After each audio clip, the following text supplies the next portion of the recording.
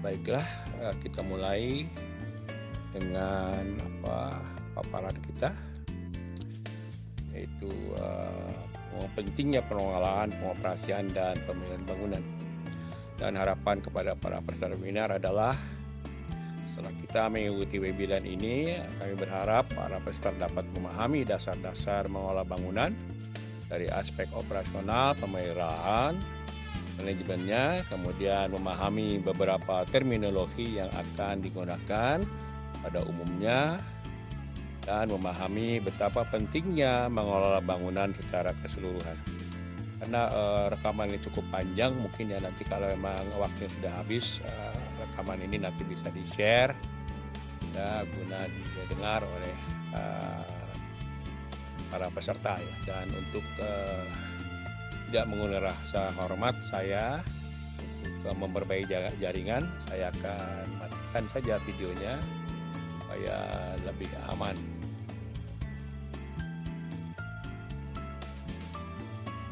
Narasumber adalah anggota ASRE Indonesia dan BOMA Indonesia.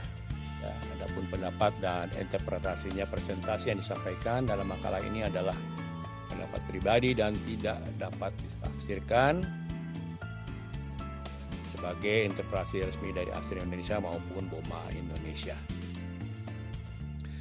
Dalam pengelolaan bangunan atau BOM ada 10 hal yang perlu menjadi perhatian. Di antaranya adalah yang pertama, pentingnya operasional bangunan gedung dan manajemen pemeliharaan, aplikasi teknik pemeliharaan, komputerisasi manajemen operasi dan pemeliharaan, biaya memiliki dan biaya operasi, kontrol pengkondisian udara dan ventilasi, prosedur startup dan serah terima dari kontraktor, testing dan commissioning, kemudian penilaian risiko dan kesiapan tanggap darurat, melestarikan fasilitas bangunan, dan yang ke-10 adalah kesehatan dan kenyamanan dalam ruangan dan keselamatan kerja.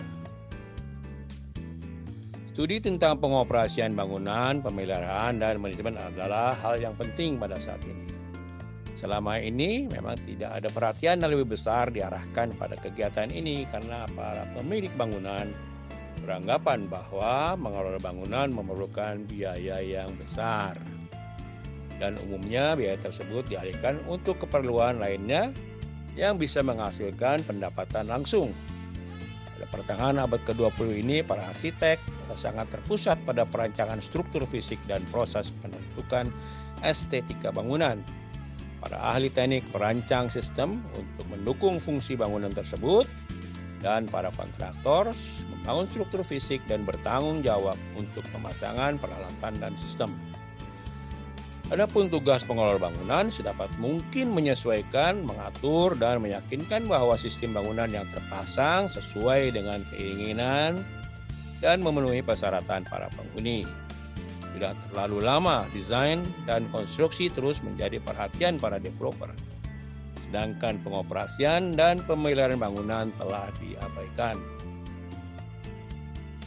Manajemen operasional bangunan adalah sebuah ilmu dan manajer bangunan pada saat ini tidak hanya harus berpengalaman dalam bidang operasional dan pemeliharaan peralatan saja, tetapi mereka harus juga memiliki pengetahuan dasar tentang pengendalian biaya, teknologi baru, masalah kontrak kerja, penilaian risiko, dan bagaimana memastikan lingkungan kerja yang sehat dan nyaman.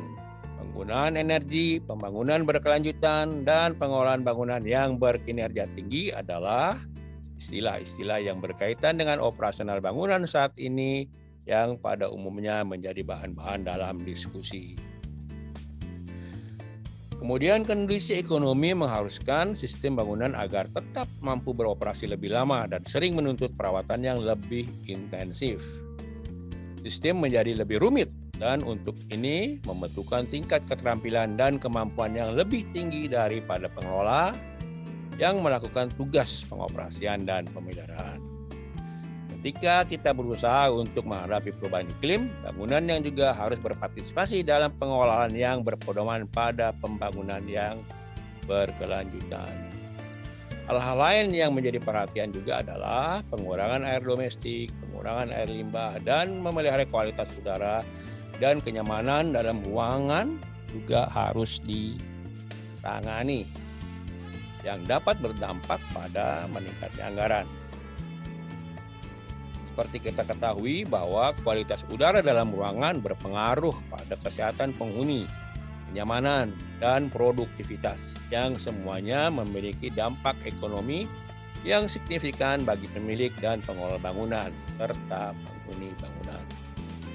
Para ahli bangunan tentunya harus menyadari bahwa persyaratan dan standar ventilasi seperti ASRI Standar 62.1 2019 atau dan SNI 6390 2020. Memantau sumber pencemaran akan bermanfaat bagi operasional bangunan dan dipergunakan untuk memperbaiki kualitas udara agar bisa digunakan dalam memperoleh sertifikat bangunan hijau. Baiklah, kita akan memulai membahas paparan utama dalam webinar ini, yaitu komputerisasi sistem pengelolaan.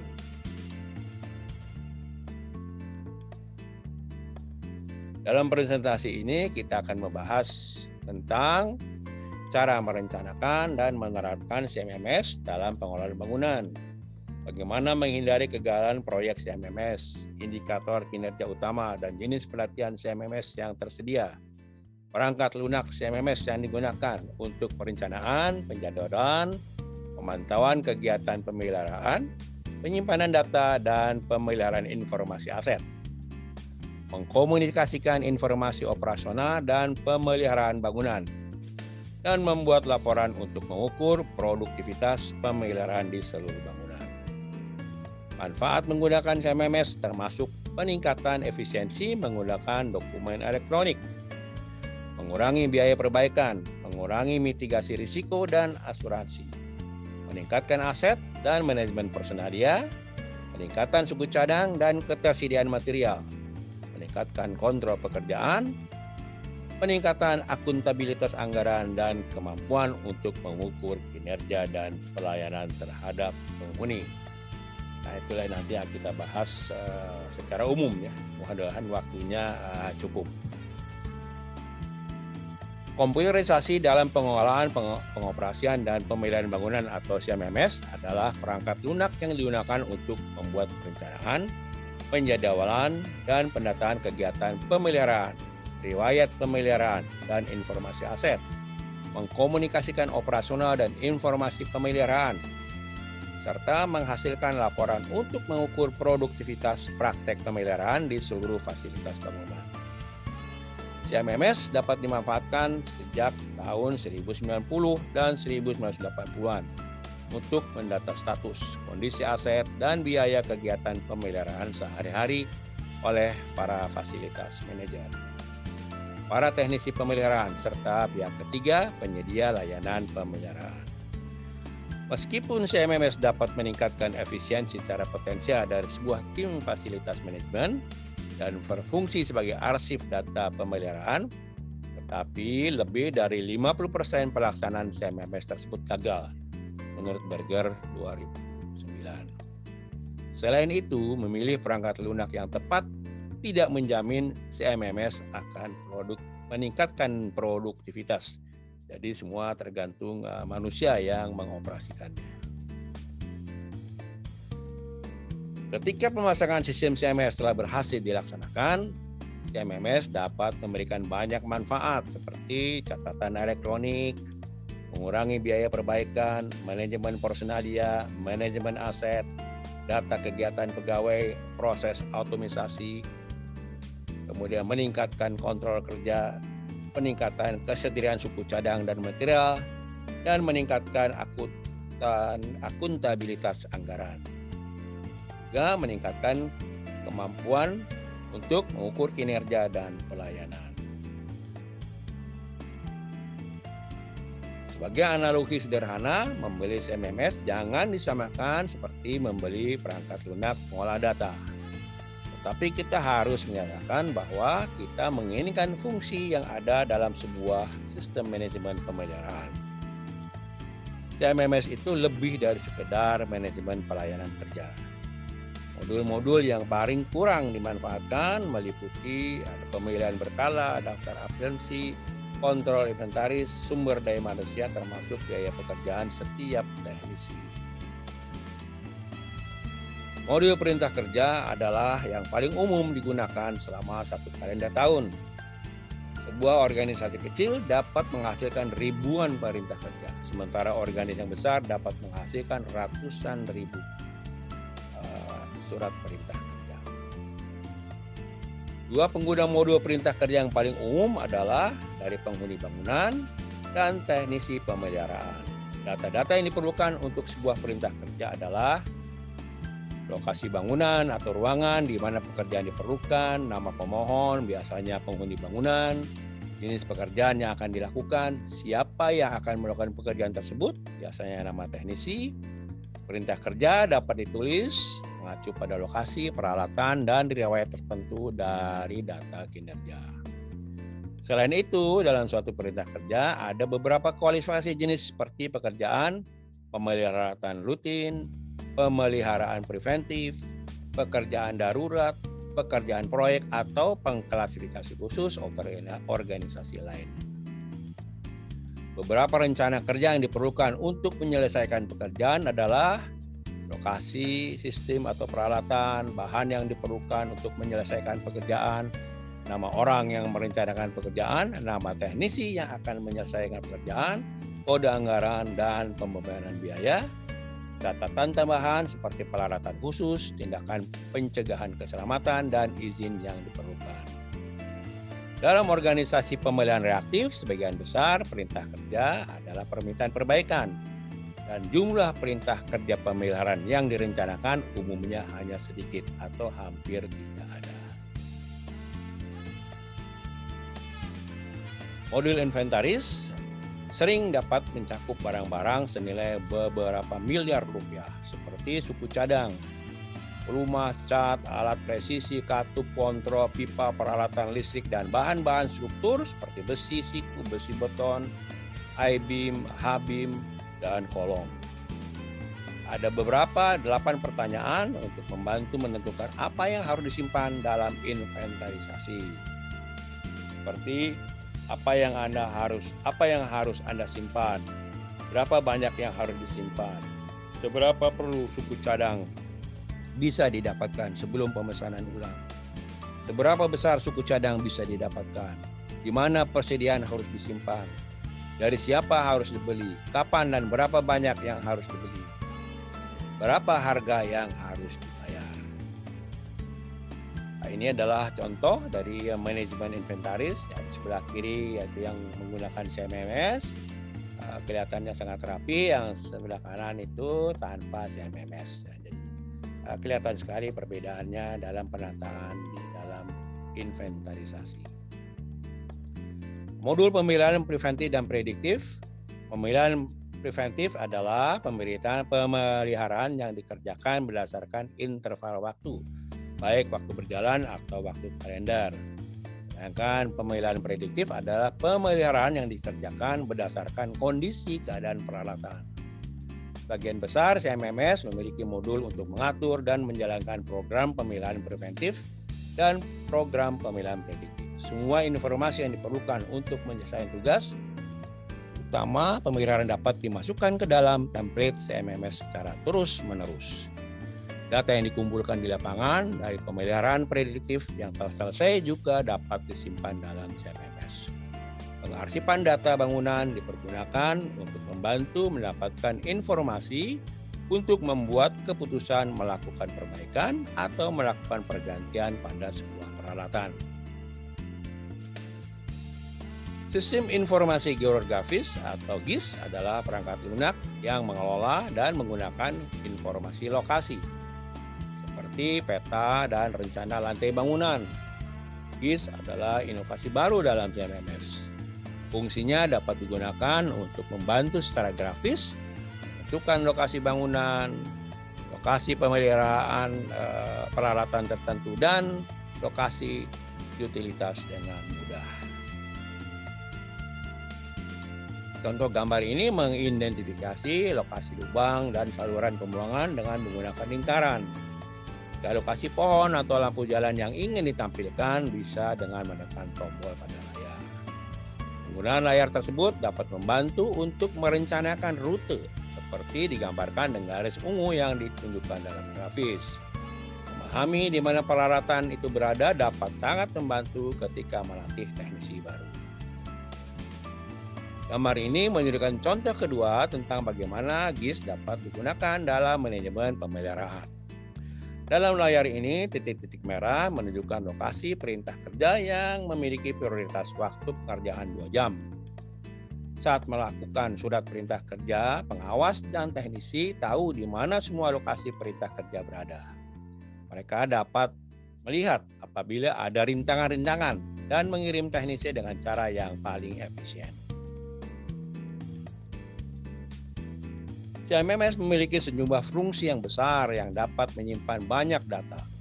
Untuk membantu pengguna melihat data dari CMMS yang lebih lengkap, banyak produk-produk CMMS memiliki layar dashboard dengan penjelasan-penjelasannya.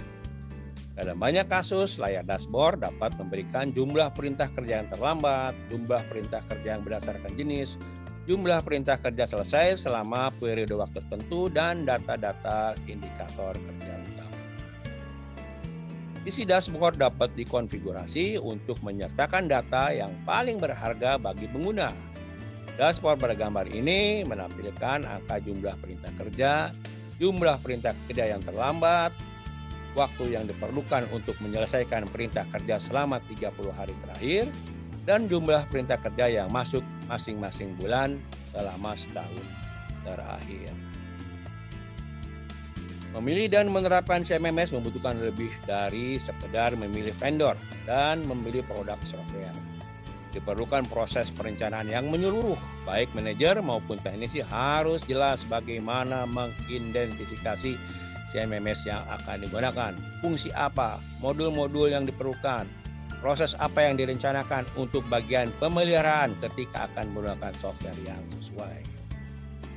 Meskipun manajer tingkat atas berpikir dengan masukan dari hanya beberapa manajer, proses perencanaan dapat dibuat lebih cepat, tetapi keberhasilan pendekatan ini umumnya tidak seperti ketika para teknisi dan bagian pemeliharaan terlibat dalam proses pemeliharaan tersebut. Tim yang berpengetahuan luas yang ditunjuk oleh proses perencanaan dan pelaksanaan harus dibentuk untuk mengawasi proses dan mencari masukan sebanyak mungkin daripada pengguna lainnya. Tim harus terdiri dari staf internal dan apabila diperlukan termasuk konsultan manajemen yang mengkhususkan diri dalam proyek CMMS ini. Tim harus menguraikan persyaratan CMMS secara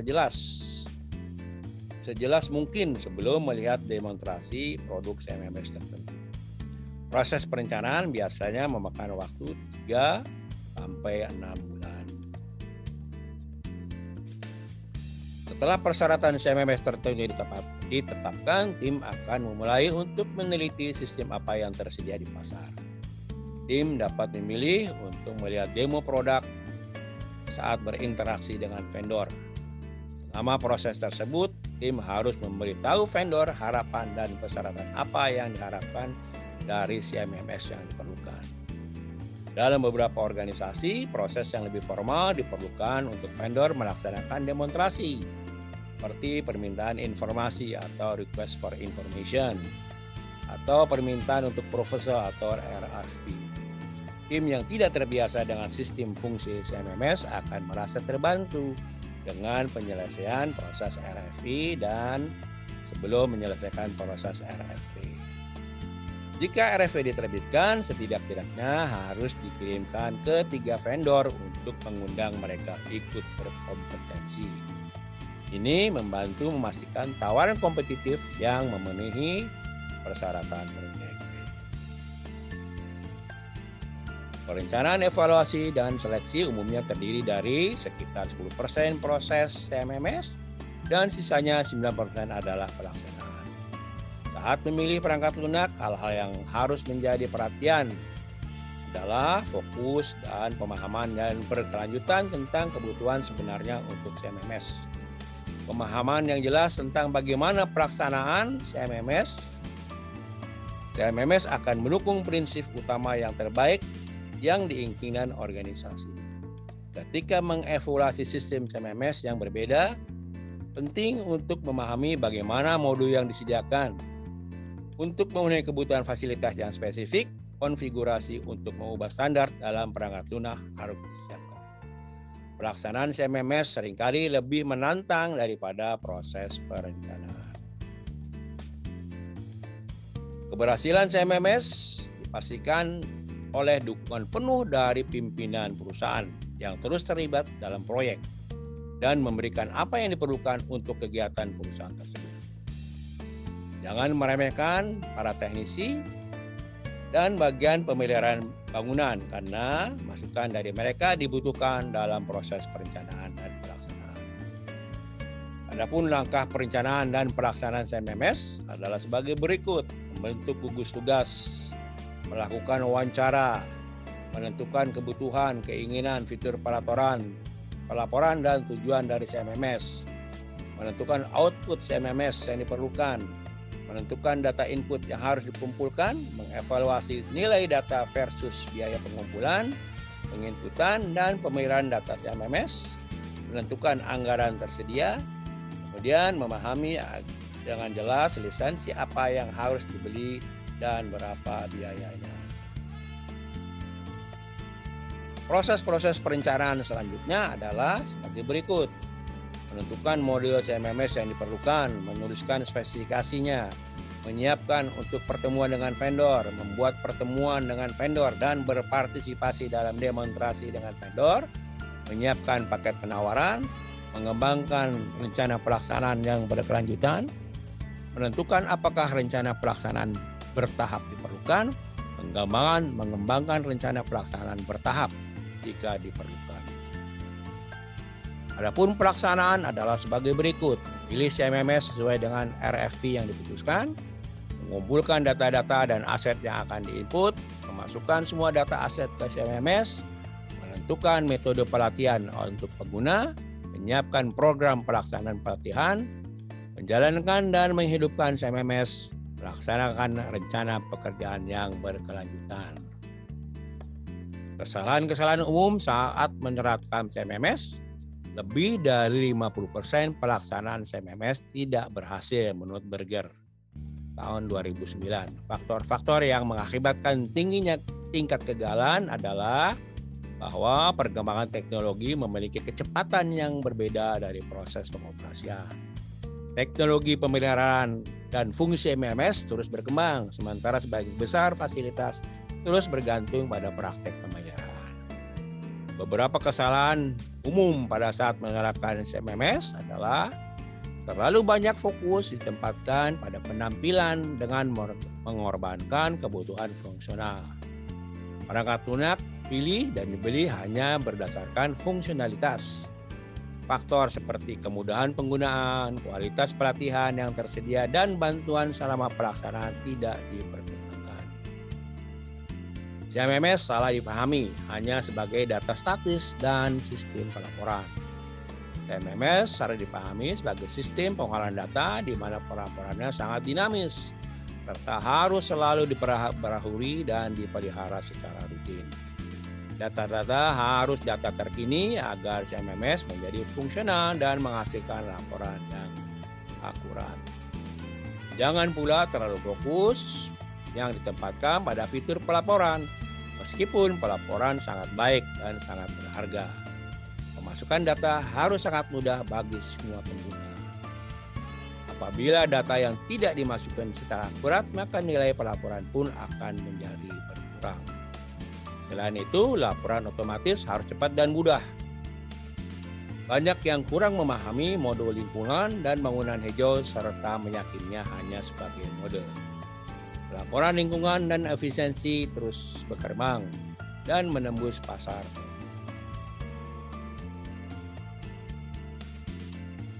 Penggunaan CMMS jangan diperkirakan terbatas pada kebutuhan saat ini. Kebutuhan untuk masa depan harus juga disediakan. Fungsi-fungsi tambahan dapat diperbaharui lebih lanjut untuk meningkatkan efisiensi bagian pemeliharaan. CMMS tidak hanya diperuntukkan untuk sebuah lokasi tertentu. CMMS harus dilihat sebagai alat yang dapat diterapkan di seluruh area organisasi. Semua peraturan dan proses dapat dikembangkan dan diterapkan di seluruh organisasi. Menerapkan CMMS sebagai solusi tunggal adalah pemahaman yang salah. CMMS harus mempunyai solusi terintegrasi penuh. Banyak vendor yang CMMS yang besar mempunyai adaptor yang mungkin 2 atau lebih dari paket perangkat lunak dapat untuk digunakan dalam pertukaran data. Ini adalah salah satu mengasumsikan bahwa memiliki dan mengendalikan perangkat keras, perangkat lunak, serta layanan dukungan adalah lebih baik dalam sebuah kasus. Padahal vendor memiliki opsi SaaS atau Software as a Service, di mana vendor sebagai pemilik perangkat keras dan perangkat lunak untuk disewakan kepada pemilik bangunan lengkap dengan akses melalui internet. Opsi SaaS ini dapat membantu tim manajemen fasilitas memilih anggaran sangat terbatas, tidak memiliki IT departemen untuk mendukung mereka dan memiliki fasilitas lebih kecil. Penerapan CMMS adalah proses berkelanjutan. Pemasukan data harus dilakukan secara rutin dan kualitas data harus diverifikasi untuk memastikan bahwa laporan yang dihasilkan akurat dan dapat digunakan untuk mengambil keputusan. Flowchart ini adalah tadi yang telah disampaikan dalam slide-slide sebelumnya. Mengaktifkan sistem CMMS adalah transisi antara menyiapkan sistem yang ada dan menggunakan CMMS untuk kegiatan pemeliharaan sehari-hari. Kegiatan proyek ini mengungkapkan seberapa sukses proses perencanaan dan pelaksanaannya. Proses-proses yang harus diuji CMMS sebelum dijalankan secara penuh adalah hasil laporan diatur dengan benar dan dapat dihasilkan dengan mudah. Semua modul yang terpasang beroperasi sebagaimana mestinya. Semua penampilan seperti yang ada di antara sistem otomasi bangunan, BAS, dan CMMS diatur dan dikonfigurasi secara benar. Semua data dari CMMS lama atau catatan berbasis kertas telah dimigrasikan ke sistem yang baru. Dan semua pengguna telah menerima pelatihan yang tepat dan telah dijadwalkan untuk menerima pelatihan dalam waktu dekat.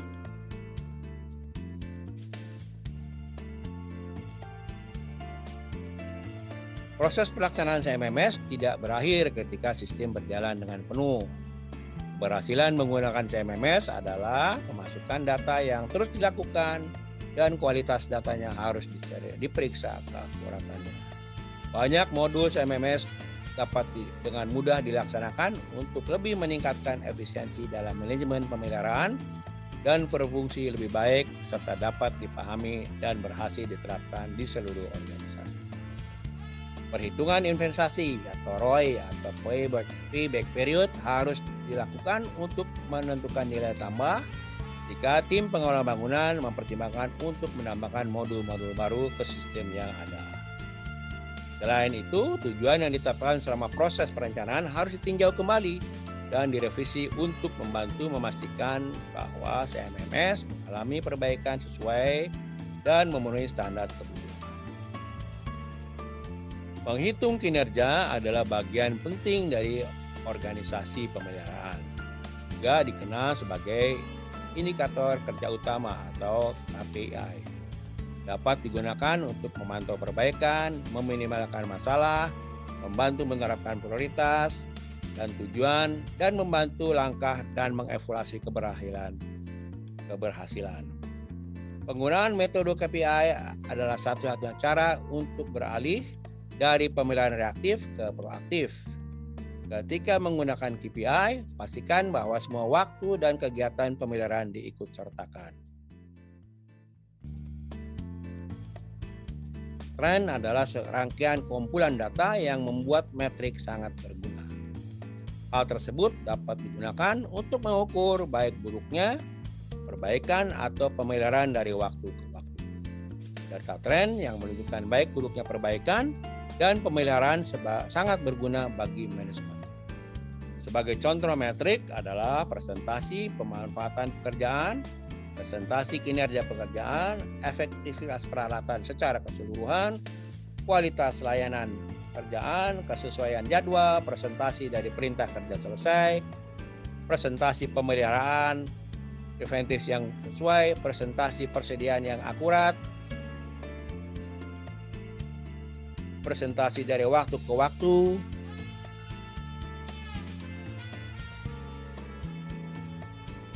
produktivitas pekerja dalam sehari-hari, nilai pekerjaan dalam proses sesuai dengan anggaran, dan jumlah perintah kerja saat ini dalam catatan data pemeliharaan. Dengan menggunakan perbandingan waktu salah satu metrik dapat digunakan untuk membuat tren. Untuk secara efektif menggunakan tren dan metrik, laporan harus diatur dan dibuat menggunakan CMMS. Ada 3 jenis laporan, yaitu laporan pengukuran data dan KPI, laporan berisi indikator kinerja utama, tren, dan pengukuran yang mengidentifikasi sistem dan peralatan, proses dan topik manajemen pemeliharaan lainnya yang paling membutuhkan.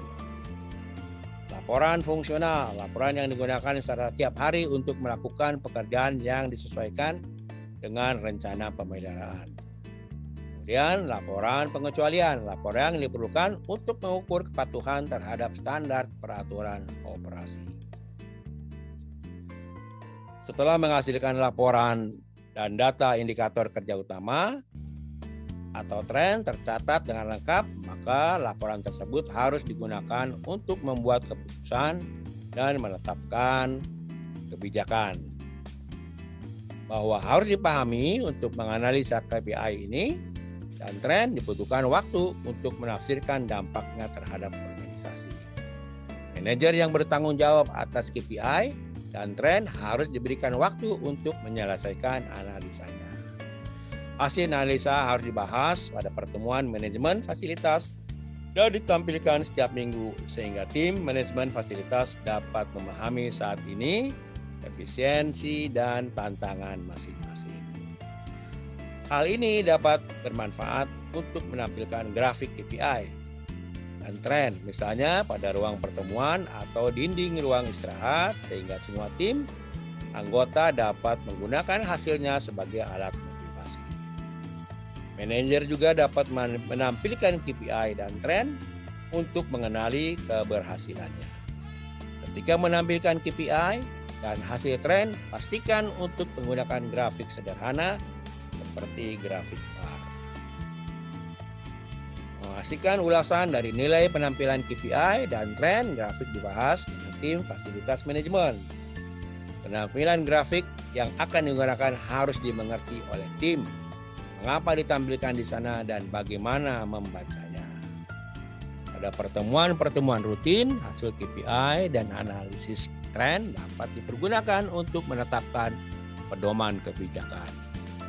Mulailah dengan menetapkan tujuan kebijakan kecil dan kemudian menetapkan kebijakan dengan tujuan yang lebih agresif agar target awal yang harus dicapai. Kemudian menghargai keberhasilan dalam pencapaian KPI dan tren dengan membawa pizza atau makanan ke pertemuan staf, atau membawa tim keluar untuk makan siang, atau menggunakan bentuk pengakuan lain. Apabila suatu tujuan kebijakan tidak terpenuhi, berikan semangat untuk memotivasi mereka. Ini adalah contoh dari indikator KPI yang dipasang ya di tempat umum atau di tempat kantin, sehingga mereka bisa melihat keberhasilan atau tantangan-tantangan yang akan dihadapi di kemudian hari dan sebelumnya. Banyak faktor yang mempengaruhi biaya peringkat lunak CMMS dalam pelaksanaannya. Perangkat lunak dan perangkat keras dimiliki oleh pengguna. Perangkat lunak dan perangkat keras yang disediakan oleh vendor berdasarkan kontrak SAS, jumlah konfigurasi yang diperlukan, jumlah kustomisasi yang diperlukan, paket lisensi yang tersedia, ukuran bagian pemeliharaan, jumlah bangunan, jumlah peralatan, jumlah modul yang dibeli, jenis pelatihan, dan jumlah anggota tim fasilitas yang akan dilatih.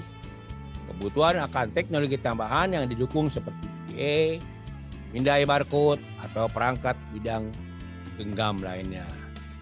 Perlu adaptor untuk menghubungkan beberapa produk perangkat lunak CMMS atau menghubungkan CMMS ke sistem ERP, CAFN, atau ke sistem BAS.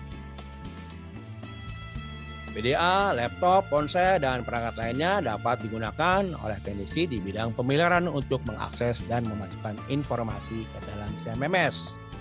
Walau perangkat ini dapat membantu mengurangi pemasukan data oleh tenaga administrasi, fungsi masing-masing teknisi dan tingkat kenyamanannya dengan teknologi ini harus dievaluasi dengan hati-hati untuk menentukan tingkat pelatihan yang diperlukan untuk menggunakan CMMS secara efektif. Pelatihan yang sangat tepat penting untuk keberhasilan pelaksanaan CMMS. Sistem harus menetapkan persyaratan pelatihan yang jelas yang terdiri dari cara memasukkan data ke dalam sistem, cara menghasilkan laporan, cara membaca laporan dan menggunakannya, pelatihan keterampilan komputer dasar. Dalam hal ini, instruktur harus bersabar dan membangun hubungan yang baik dengan teknisi. Agar pelaksanaan CMMS berhasil, penting bahwa pengguna merasa nyaman dalam menggunakan perangkat lunak. Pelatihan harus diberikan sedekat mungkin dengan tanggal peluncuran sistem. Jika pelatihan diberikan terlalu jauh sebelum sistem dilatayangkan, pengguna dapat melupakan apa yang telah mereka pelajari dan mungkin perlu dilatih ulang. Program pelatihan harus mendefinisikan dan mengidentifikasikan peran masing-masing anggota tim dalam organisasi pemeliharaan dan bagaimana mereka akan menggunakan CMMS. Ini akan membantu menentukan jenis pelatihan apa yang harus dilakukan dan diterima oleh setiap anggota tim. Anggota tim akan lebih bersedia untuk berpartisipasi dalam pelatihan jika mereka diberitahu tentang apa yang diharapkan dari mereka. Lokasi dan metode untuk memberikan pelatihan termasuk di lokasi bangunan fasilitas vendor sendiri atau melalui internet. Keuntungan dari pelatihan di tempat fasilitas sendiri adalah karyawan dapat belajar bagaimana menggunakan CMMS di lingkungan sendiri yang lebih akrab. Pelatihan dapat disesuaikan dengan kebutuhan spesifik fasilitas dan pengguna. Pelatihan tidak memerlukan karyawan untuk bepergian. Jadi jika diperlukan, karyawan dapat keluar dari pelatihan untuk melaksanakan pekerjaan darurat di tempat. Tantangannya adalah pelatihan membutuhkan penggunaan laboratorium komputer yang besar atau fasilitas lain dengan beberapa fasilitas yang lebih. Fasilitas semacam ini mungkin tidak tersedia atau mungkin sulit dijadwalkan. Satu atau lebih perwakilan vendor mungkin diminta untuk bepergian. Keuntungan dari pelatihan di tempat fasilitas vendor adalah pelatihan dapat diselesaikan dalam lingkungan pelatihan terstruktur dengan lebih sedikit gangguan terkait lokasi kerja, peserta dapat fokus hanya pada pelatihan. Kerugiannya adalah peserta diminta untuk bepergian seiring untuk jangka waktu beberapa hari. Tingkat kepegawaian berkurang sementara dan peserta jauh dari fasilitas. Keuntungan dari pelatihan berbasis internet adalah metode ini adalah metode yang paling hemat biaya. Pelatihan dapat diselesaikan berdasarkan jadwal peserta dan pada kecepatan peserta. Kerugiannya adalah pelatihan sangat umum dan mungkin tidak memenuhi kebutuhan peserta. Pelatihan mungkin kurang efisien. Pendekatan pelatihan ini mungkin hemat biaya untuk organisasi besar. Pelatihan tidak berakhir setelah CMMS dilaksanakan. Sebagai perangkat lunak, CMMS harus selalu diperbaharui secara teratur dengan teknologi terkait CMMS lainnya yang memasuki pasar. Serta terus melanjutkan pendidikan adalah penting. Dua bentuk dari manajemen pendidikan untuk CMMS adalah pelatihan penyegaran yang ditawarkan oleh vendor dengan jadwal tahunan. Keduanya dapat memberikan kesempatan untuk bertemu dengan profesional dari organisasi lain yang menggunakan perangkat lunak yang sama untuk bertukar ide atau pengalaman. Berikut adalah daftar pusaka sebagai referensi dari paparan saya. Demikianlah dan terima kasih atas perhatiannya. Mudah-mudahan bermanfaat.